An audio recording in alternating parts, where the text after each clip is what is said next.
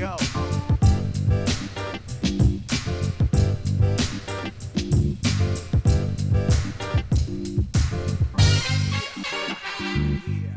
Confident. Nothing personal word of the day. It is Tuesday, January 18th, 2022. Forgive my post-wedding voice because it's low today. Do you ever have that after a big party or a big weekend? The next day, you're pretty functioning, even though you're hungover, you didn't sleep. But then day two comes, sort of post. This happens when you do races, actually. The day after a race, you have so much adrenaline that you do not sleep well after a marathon or a triathlon or an Ironman or an ultra. It just, you cannot go to bed. But then all of a sudden the adrenaline goes away, and then you've got Coca saying, let's go, bring the energy. And I said, I'm giving you all I got, Captain. I got nothing more. I'm on empty. Empty. Well, then I'll just sit here and wait for you, Samson, because we're not starting the show until you can bring the energy. All right. I think we should start right now. Ready? 10, 15, 69. Confident. Nothing personal word of the day. Tuesday, January 18th, 2022 is confident. I like when executives use that word. The vote of confidence, the pat on the back, the little tingly feeling that you get when your boss says, we really like what you're doing. We have great confidence in your ability to keep doing what you're doing, to keep growing, to keep getting better. Oh, sorry, I forgot to mention, you're fired. You never want the vote of confidence when you're a manager or a coach in the big leagues, because it's usually followed by a lack of job security. But what I found interesting following the Cowboys' loss to the Niners the other day is that Stephen Jones is one of Jerry Jones's children. Stephen Jones is the highest-ranked non-Jerry Jones in the organization. Jerry Jones is the GM, you know this. He's the owner, you know this, and I love Jerry for that. I wish all owners would just take the title of GM, because many play it on TV or stayed at a Holiday Inn Express or some other thing that makes them qualified to be a GM. Jerry Jones has had zero success in the past, it's got to be 20 years now of being a GM. But he's the owner, so he's not going to fire himself, even though we've said on this show and had a funny bit where I played the GM and the owner, Jerry Jones, talking to himself back and forth about evaluating his performance. How would you evaluate Coach Mike McCarthy? So Jerry Jones, the owner, said how disappointed he was about the playoff loss. Jerry Jones, the GM, has not spoken yet. Stephen Jones went on radio and said a couple things. Just a couple funny things. He was asked in an interview about Mike McCarthy and whether he will continue to be the head coach in 2022. And he said, absolutely, very confident. So, absolute and confident. Those words don't go together. If something is absolute, it's a certainty. It's a truth. It's absolute. The sun will rise tomorrow. 2 + 2 is 4. Those are absolute concepts. Stephen Jones is in a position to deliver absolute comments because he's got a direct line to the owner. So after the game, the owner sat down with his son and said, this is now going to be 27 years since we won a Super Bowl. And there's 32 teams, so we're still good, because you're supposed to win one every 32 years. So that's okay. Winning the Super Bowl, we're on schedule. Playoff wins is another story. Dad, we've won 4 games. That's it. 4 playoff games since 1995. That's 4 playoff games in 27 years. That's probably not great. Son, I don't know why you're talking to me about that. I'm just as angry as you are. Why don't you talk to our GM and figure out what's going on? Great idea, Dad. Hey, Jerry, we'd like to have a talk with you about this Cowboys situation. Where do you see this team next year? Do you see McCarthy coaching? Well, Stephen and Jerry, I believe that he's the right man for the job. And we have complete confidence in his ability to go forward. I am confident that we're not going to fire him. But again, it's up to the owner. Well, wait a minute, Jerry. Can we talk to the owner? Yes, we can. Hello, gentlemen. What can I do for you? Well, we're trying to figure out what to say about McCarthy because there's a lot of mixed messages. You're saying he's coming back. I'm saying I'm confident. If it's absolute, I don't want to say I'm confident. I want to say, yes, Mike McCarthy is our coach. What would you like me to say, owner Jerry? Well, GM Jerry, I'd like you to say that you are only confident because as owner, I reserve the right to wake up tomorrow less confident than I am today. It's so ridiculous. Do you know why Stephen Jones has to say, I did this many times in my career, and it's not a slight of Jeffrey Loria, quite the opposite. He is an owner who is like other owners. When you are the president of a team, you can't say anything with the word absolute because you're subject to the owner waking up on the wrong side of the pillow and changing whatever mind he had made and making a change at coach, realizing that I've got to blame somebody, I can't blame myself. And then I would look like an idiot, like, oh, you don't speak to your owner? So I would speak in, this is what we would do with players. Have I given you this line, Coca? Hold on, slight detour. It's sort of not even a detour, because when you are running a team for someone, you don't own the team. You don't really have final decision in every way because there's certain instances where the owner will say, do this, do this, do this, do this. So will you trade Miguel Cabrera?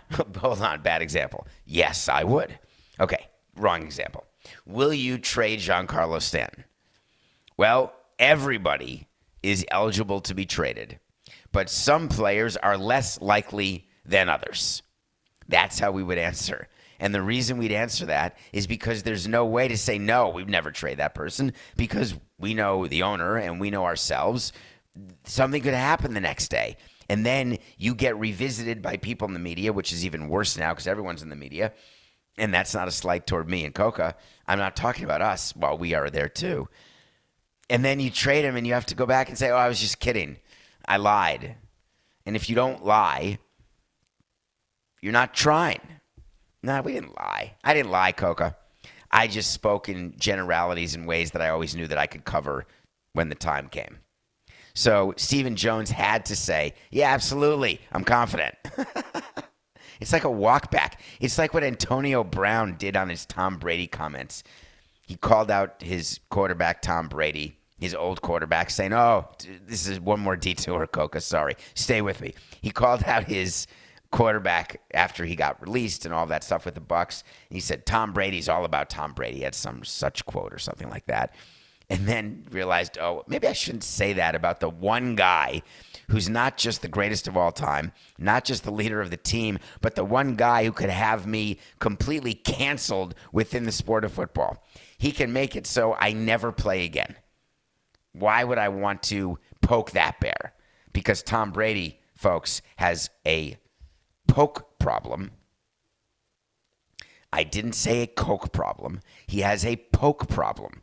He doesn't like to be poked because when he's poked, he wakes up and gnarls his terrible teeth and scratches his terrible claws. So he walked it back. So Stephen Jones doesn't want to walk it back. He just says, hey, I'm confident. We'll see what happens tomorrow. Good night, everybody. Confident. Word of the day. MLB lockout update for January 18th, 2022. Do do do do do do do do do do do do do do. All right, Coca. You know what I want? I want to talk to Samson. So you want to talk to Samson? Hello, David. Can I have an MLB lockout update? Yes, you can. Do, do, do, do, do. All right, what's the next topic? Coca. What do we got? You know what I want? I want to talk to Samson. Hello, David. I need a Kyrie Irving update.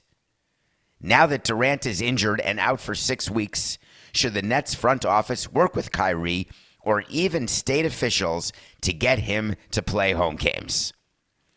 Thank you for getting on Twitter at David P. Samson, for asking me questions in my DMs, which are open to the PUB.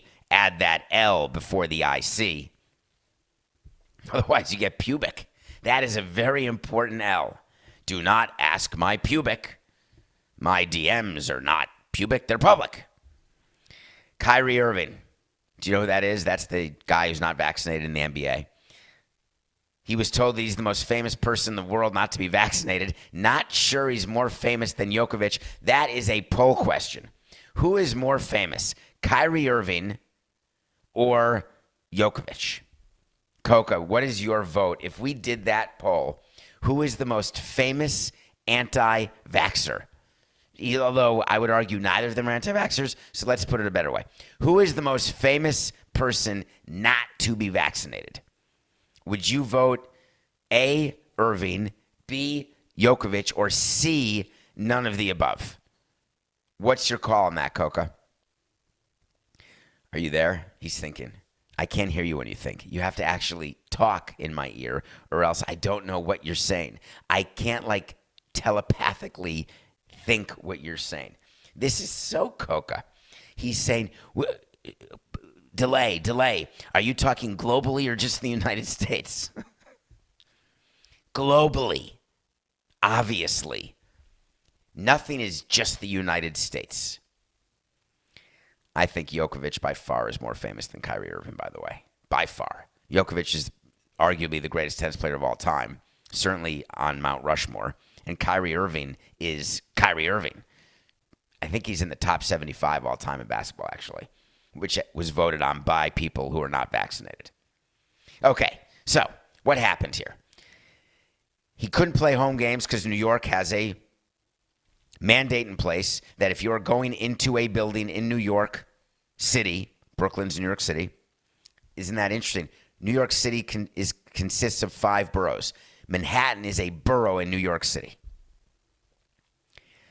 And he's not vaccinated, can't go. Doesn't matter if you're a player or a fan. The only exception is if you're a visiting player. That's the exception. So Kyrie was not playing home games. The Nets suspended him and said, you're not playing any games until you can play all the games. Then the Nets said a couple weeks ago, we changed our mind. Come play the road games. We love you.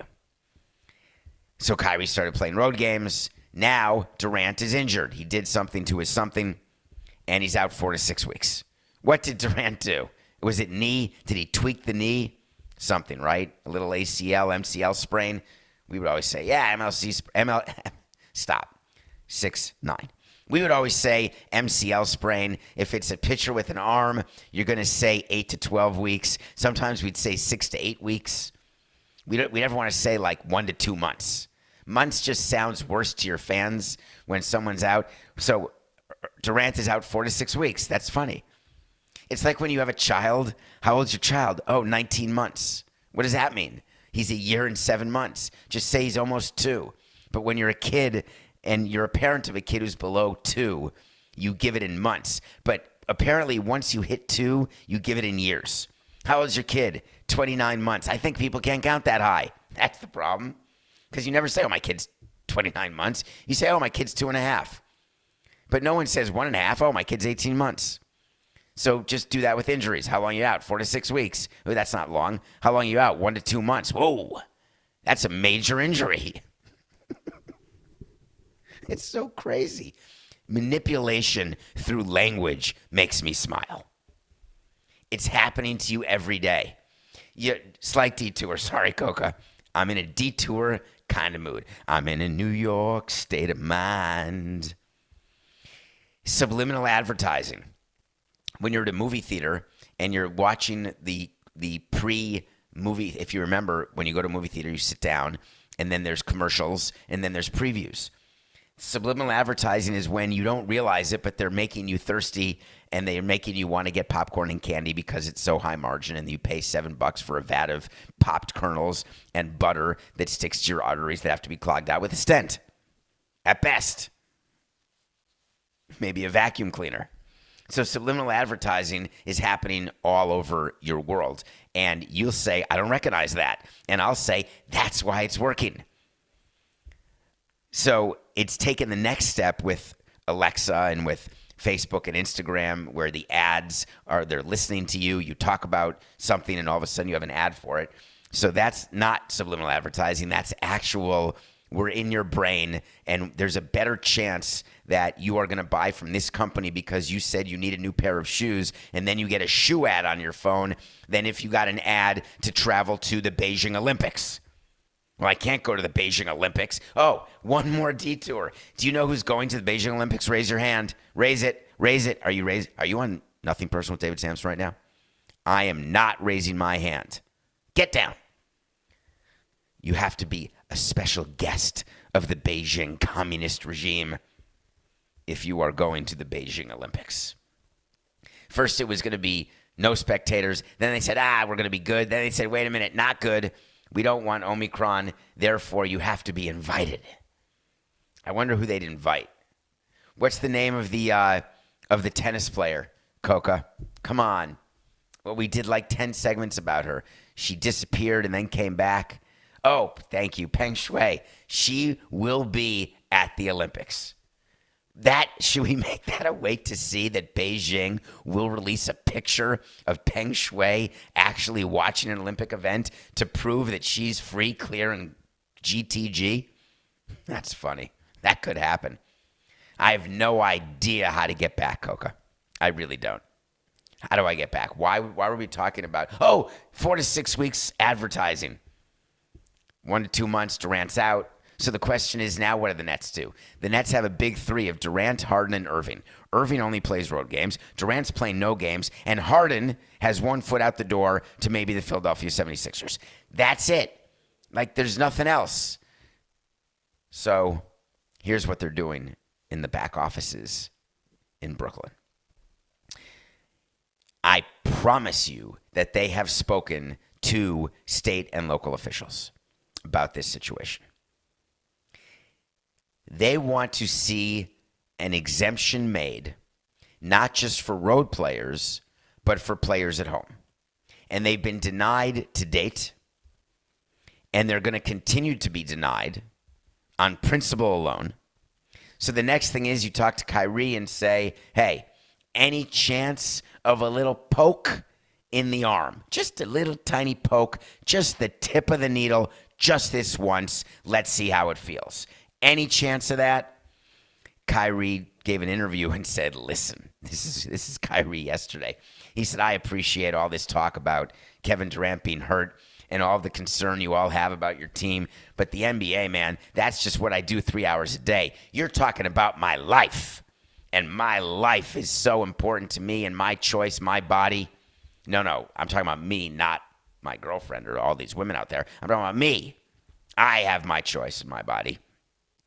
Don't give me pressure to get vaccinated because you think your team isn't winning enough games. That's a bunch of horse hockey. I am true to my word. I am firm in my stance. I am not changing my mind. I am a brick and mortar person, and I stand here solid as a rock, Ashford and Simpson. So the best chance you have, Claire and Joe, is to get the rule changed. Because otherwise, your team, poof, it's going to go up in smoke. But I'm not here to help because don't you define me as an NBA player. That's what I do, not who I am. So you want to know if the Nets are panicked? Yeah. Are they trying to solve the Kyrie situation? Yeah. Are they doing it because Durant got hurt? No. They've been doing it the whole time. Are they doing it with a bigger sense of urgency? Yeah. When they read Kyrie Irving's comments, are they despondent beyond repair? Yeah. Are they surprised by anything Kyrie said? No. Does it change their strategy with the state officials, city officials? No. It's so good. It's so good. When we come back, we're going to review a movie that doesn't star Jeff Bridges. And then we're going to talk about something that's going on with Carlos Correa, who's a baseball free agent. We will be back. Welcome back to Nothing Personal. It's me, Margaret. Are you there? Is anyone there? It's Judy Bloom coming to you live from the Big Apple, from Manhattan, one of the boroughs. Thank you for downloading, rating, reviewing, subscribing, following, telling your friends about Nothing Personal. By the way, Coco, will you call CBS for me? We were supposed to be nominated for some sports podcast award, and I never heard back. And then I got a alert to vote for something. We weren't even nominated.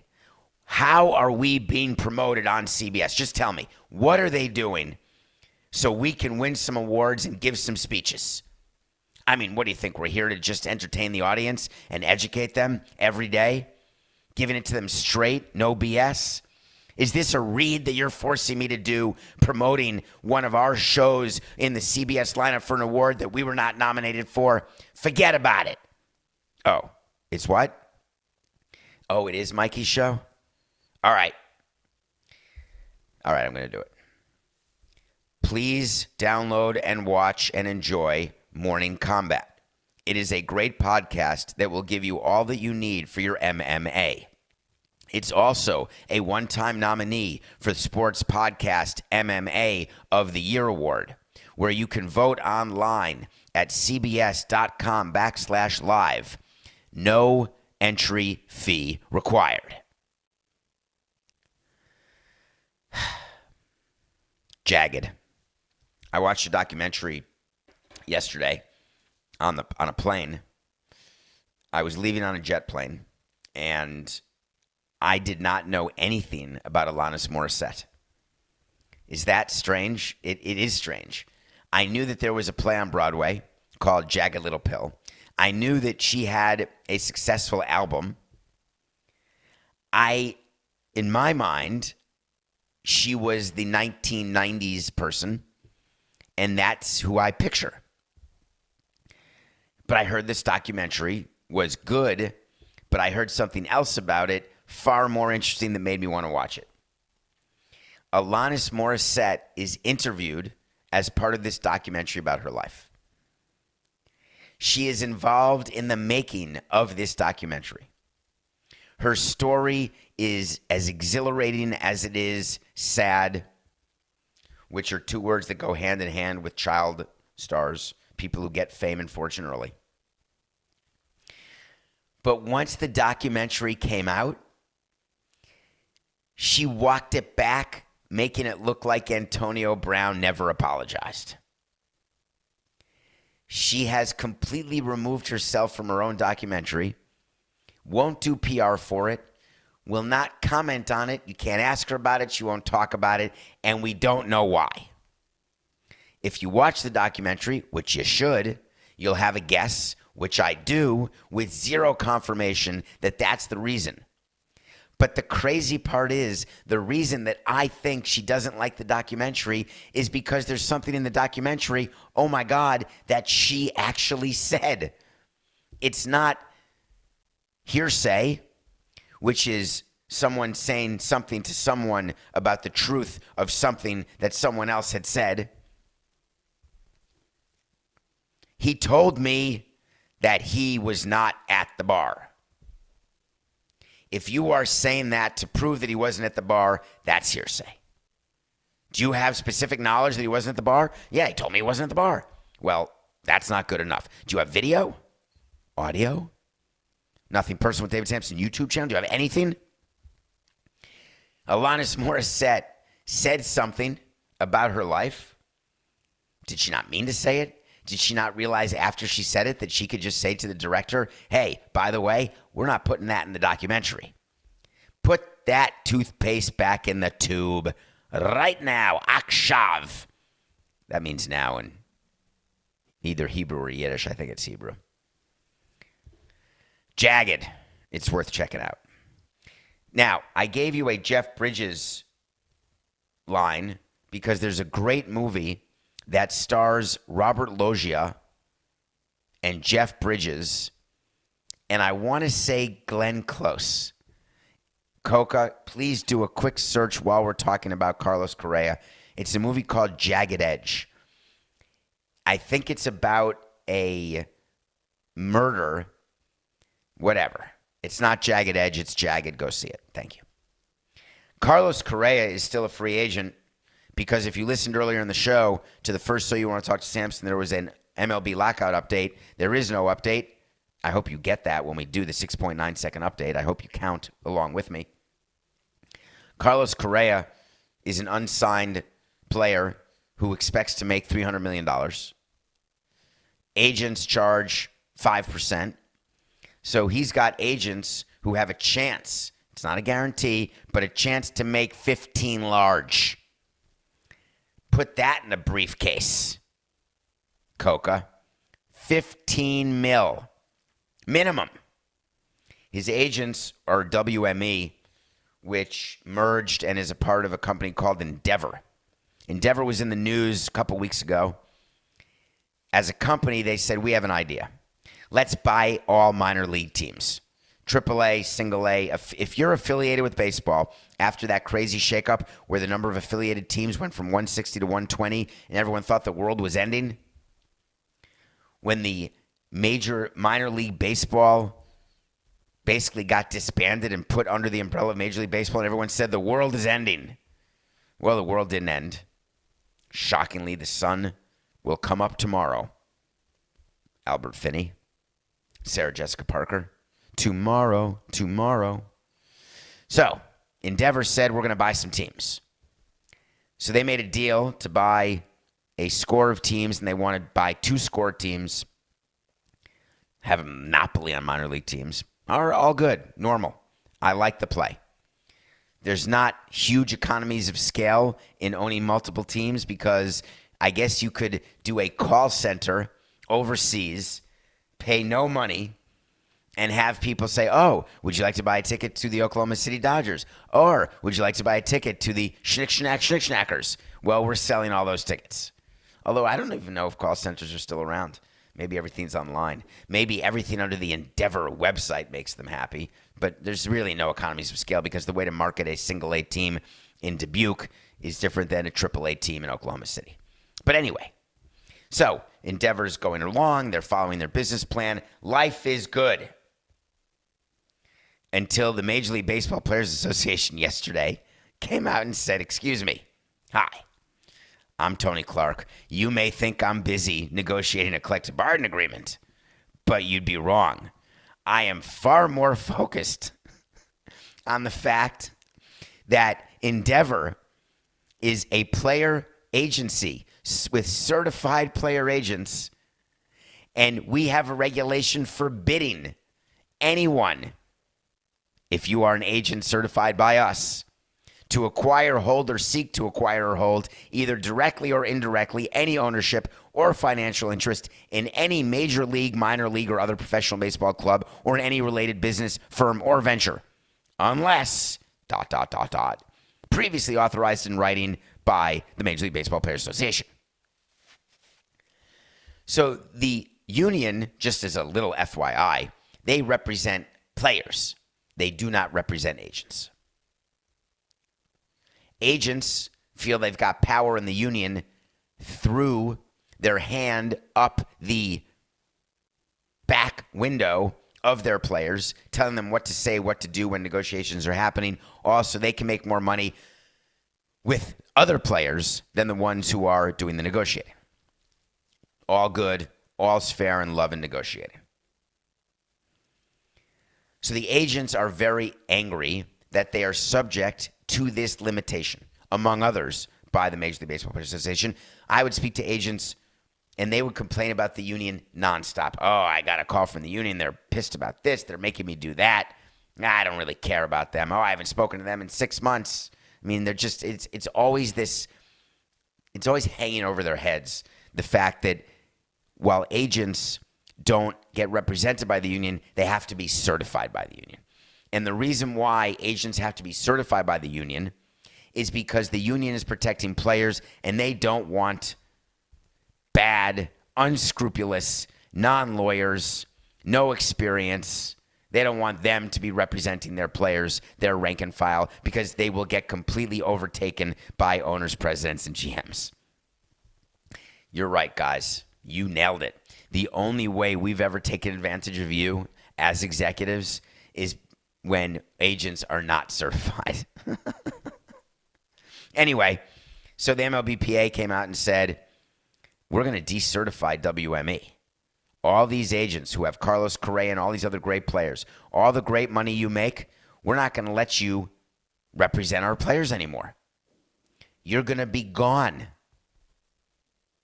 What do you think the likelihood is of the Major League Baseball Players Association decertifying Carlos Correa's agent prior to Carlos Correa negotiating what will be, in his mind and in everyone's mind, a huge top 10 of all time deal? I'm just asking. What would be the reason MLBPA would come out today or yesterday and threaten to do that? Just asking. What do you think that reason would be? Distraction? Trying to keep everyone on the boat as these negotiations continue? We always thought it was hard to keep 30 owners together for a negotiation. 1,500 players, keeping them together? Tough. The math is a little off because it's 40 times 30, which is 1,200. You only need 601 to pass. You only need 23 owners to pass a CBA. So the real number that you're looking for is 23 and 601. But the reason MLBPA would come out today and talk about this decertification is so agents are on notice. We may not represent you, but we control you. And you will make your players behave and vote the way we want them to vote, either to approve or not approve whatever deal happens, or to allocate some resources toward the younger, poorer players when we start missing paychecks. But it is a power play. Make no mistake. When MLB goes after Endeavor and WME and threatens decertification. Well, I've got to wait to see for you. And it's a good one. Wait to see is when we tell you something's going to happen. If it does, it does. If it doesn't, it doesn't. But we will revisit it because we keep track. Wait to see Endeavor and WME and all agents under that umbrella will not be decertified. I didn't even deliver that well enough, Coca. 469. Wait to see Endeavor and WME and agents who work for those companies will not be decertified by the Players Association prior to the 2022 season, despite the threat and innuendo put forward on a random day in January. Not going to happen. Wait to see. I hope you didn't wait too long to put in your bet last night for the Rams 3.5 over the Cardinals, because the Rams crushed the Cardinals. It was our nothing personal pick of the day. If you've been playing with me all year, let's not put it that way, Coca. Wow, there's a lot of wipes on this show. 249. If you have been following the nothing personal pick of the day every day in 2022, you are 10-3, because that's what we are. It was another blowout game. Here come all of the discussions. Wait for it, because they're going to happen. The NFL and this expanded playoffs and all these extra wild card teams. God, these games stunk. They weren't even competitive. Was there even one good game out of 6 this weekend? There may have been. I guess the Cowboys game is considered good because it ended with a quarterback draw. I guess you could say Raiders-Bengals was good because there was all that sort of stuff that went on. But I'm not sure that there were any other good games. Does that mean there are too many playoff teams? No. Does that mean that the wrong teams are in the playoffs, that 9-win teams shouldn't be in the playoffs? None of that happens. When you've got a year of bad playoff games, or an MLB a year where there's a bunch of sweeps, which are very upsetting to networks because the networks want 7-game series or 5. If it's a 5, they just want deciding games. The ratings for the NFL, the revenue that's brought in with advertising, the premium subscription dollars they're getting for streaming by having stuff happen in the streaming world, just FYI. None of that is impacted by the final score of the game. Just, I can't make that clear enough to you that as a fan and in the media, there is all this outrage when there's lack of quote-unquote competitiveness. But in the commissioner's offices and in front offices around the league, it is of zero concern. Now, we're going to say, oh, yes, we want to make sure that our fans are satisfied with our product and we want competitive series. GMAB. The Cowboys were the only home team that lost this past weekend, by the way. But I am confident that Mike McCarthy will be back in 22. All right, we got a game tonight to pick. The Minnesota Twins are favored by 2.5 over the New York Knickerbockers. And we should tell you that the team in Minnesota is called the Timberwolves. 2.5 over the Knicks. The Knicks are fading faster than Halley's Comet. The Knicks are less popular to bet on right now than Rand Paul is to have at a party at your house without masks. T-Wolves, 2.5 over the Knickerbockers. Do you know why the Knickerbockers are the Knickerbockers? We'll do that another time because I got to get to this topic. I have to, Coca. I'm not stopping until we get to this. Okay. We touched earlier on a lot of things, but one of the subjects we mentioned was that James Harden may be going to the Sixers. There's been a lot of rumors about the Nets trading James Harden. And you know the Sixers have Ben Simmons. The Sixers have Ben Simmons, who's not playing for them. We did a segment, I think, last week about him, saying that he's still not playing and he's not going to even get traded by February 10th, which is the trade deadline in the NBA. So when I've got a situation as a GM like this, I'm Daryl Morey. I am communicating with my star player, who is Joel Embiid, an MVP candidate, one of the top 8 players in the NBA. Coca thinks top 5, whatever. Doesn't matter. I'm talking to him and talking about what we're doing with Ben. I'm letting him know what's happening because I think that is showing respect to your star player, and I want to be respected back. Joel Embiid met the media and said quite a few things that made me very upset. He talked about how well the Sixers are doing, and he said, quote, "We're missing guys here and there that could really help us, but there's really no urgency to change anything. I think we got everything we need. We're going to keep on going, and I'm happy." Well, listen, Pharrell, I appreciate that you're happy. I really do. But could you keep it to yourself? I'm trying to trade Ben Simmons. I'm trying to maximize the value for Ben Simmons. And I've got a player telling the entire league that Ben Simmons is not a difference maker on a winning team.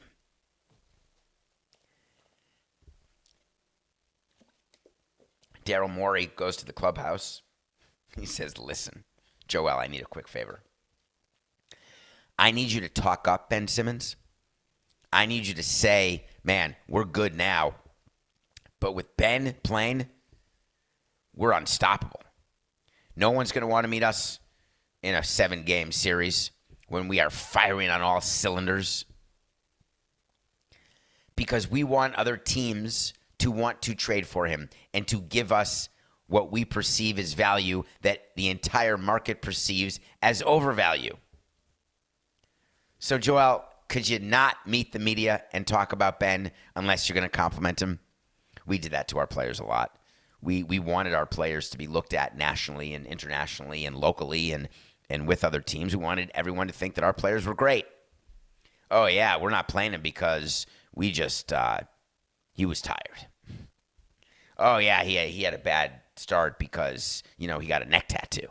Whatever the case is, he was up too late, but he's good. Oh, that prospect in Double-A, he may be ranked number 40 on your list, but he is a top 5 prospect for us. You have no idea the level of horse hockey that is spewed at you about prospects, about players, all in the name of competitive advantage. It's not that we're using fans. It's that we know executives are listening.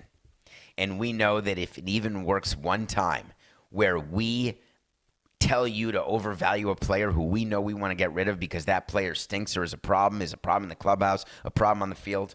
If it works one time that we're able to get more value for that player because of something we said to build them up, then we've done the right thing. Now, you could be concerned it's like the boy who cried wolf, but it's not. Because we do say it about everybody. No, we don't. We only say it about the guys that we want to move. The compliments that we give to players mean, look out, you may want to pack your bag. Confident was the nothing personal word of the day today. It has really leaked through the entire show. I've enjoyed that tremendously. All right, I got to tell you a little bit more about what's going on with the Sixers.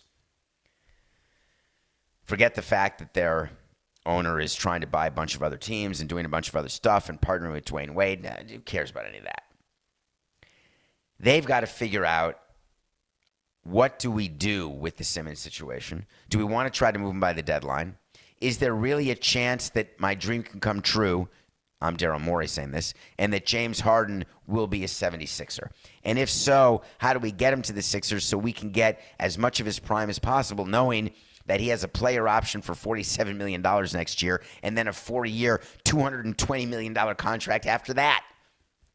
The guy's got 5 years ahead of him making like $50 million a year. And guess what? He's not the MVP caliber player that he used to be. Now you could say put him on a bad team, make him the only shooter, let him shoot 30 times a game, and then bing, bang, boom, he's back to being an MVP. Or you could say we're going to be holding the bag here going forward, bringing in James Harden, but it's going to feel really good right now. That push and pull is how Major League Baseball executives decide how many years to go out with a player. Yeah, I'll give you the 2 extra years. I know you're going to be bad, but right now you're good, and we need you now. We are a built-to-win-now team. You heard last night the announcers for the Rams-Cardinals game before the game saying the Rams were built to win now with Odell Beckham and whatever, Stafford, the quarterback, and whoever else they have. Now's the time. If you interview 32 NFL GMs, or NBA GMs, or 30 baseball GMs, there will be a 5% number who will say,